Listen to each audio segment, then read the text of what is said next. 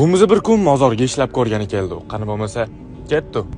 Go'rkovlarning ishi menimcha butun O'zbekistonga qiziq bo'lsa kerak. Bu yoqqa kelganimizda umuman boshqacha atmosfera, juda ham tinch va sokin. Biz birinchi kelib Go'rkov aka bilan gaplashib, keyin go'r qazishga tushib ketdik. 3 ta etap bo'ladi. Birinchi 4 burchak qilib turib 2 metr chuqurlikda chuqur qaziladi va uni 1 burchagida yana 3 burchak qilib turib mayt qo'yiladigan go'r qaziladi. Qazilayotgan payti ketmon bilan pastdagi tuproqlarni tepaga otib turasiz va bel bilan yerni urib qaziysiz. Kichkina go'rga tushganingizda ketmoncha bilan ichkarini kattalashtirishingiz kerak bo'ladi. Videoni ko'rish jarayonida bizga albatta obuna bo'lib qo'ying, chunki bunaqa kontent bitta bizada. Ishga keladigan bo'lsa ancha qiyin. Insonning bellari, qo'llari ancha charchidi. Biz bu ishda ishlab pul topmadik. Sizlarga qiziq bo'lganligi sababli xolis ishlab ko'rdik. Biz sizlardan bo'lsa albatta qo'llab-quvvatlashingizni kutib qolamiz. Boyam, kambag'alam, inomarka haydaganam, necha qavatli uchastkasi bo'lgan odam, necha pulingiz borligidan qat'iy nazar, hammamizning boradigan manzilimiz bitta.